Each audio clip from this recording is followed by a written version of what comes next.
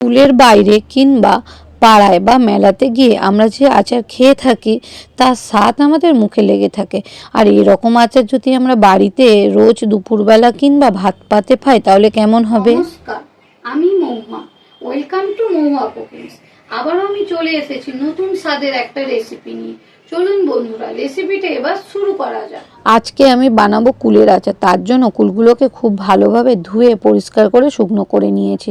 আর নিয়েছি 1 চামচ জিরে, 1 চামচ ধনে, হাফ চামচ কালো জিরে, 1 চামচ মৌরি আর 5টা কাঁচা লঙ্কা। নিয়েছি 600 গ্রাম আখের গুড়। আর এখানে নিয়েছি শুকনো লঙ্কার 5 ফোড়ন। আর নিয়েছি কিছুটা তেল।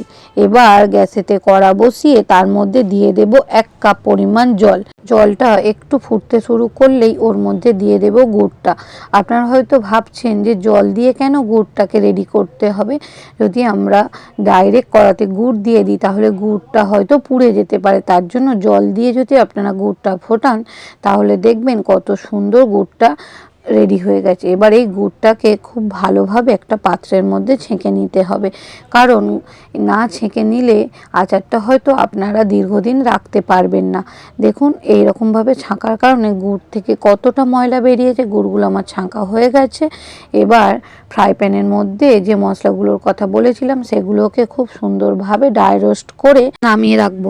আর ঠান্ডা হয়ে গেলে মিক্সিতে গুঁড়ো করে নেব। আবারও গ্যাসেতে কড়া বসিয়ে তার মধ্যে দিয়ে দেব হাফ কাপের অর্ধেকটা তেল। আর দেব 5 ফোঁটনা শুকনো লঙ্কা। দিয়ে খুব ভালো করে নাড়াচাড়া করে সুন্দর স্মেল ছাড়লেই ওর মধ্যে দিয়ে দেব কুলগুলোকে খুব ভালোভাবে নাড়াচাড়া করে তেলের সাথে মিশিয়ে নিতে হবে।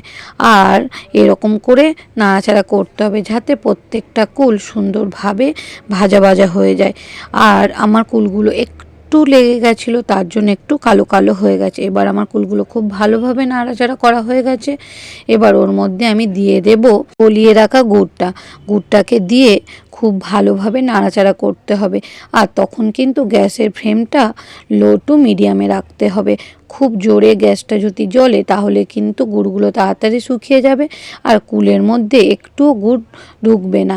এবার আমার খুব ভালো করে নাড়াচাড়া করে গুড়গুলোকে মেশানো হয়ে গেছে আর কত সুন্দর আস্তে আস্তে ফুটতে শুরু করেছে।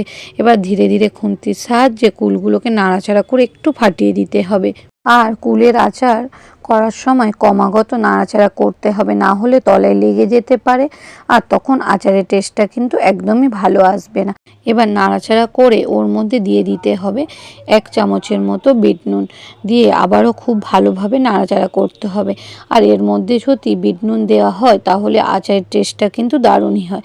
আর যে মশলাটা ড্রাই রোস্ট করে রেখেছিলাম সেটাকে মিক্সিতে বেটে গুঁড়ো করে এবার ওর মধ্যে দিয়ে দেব।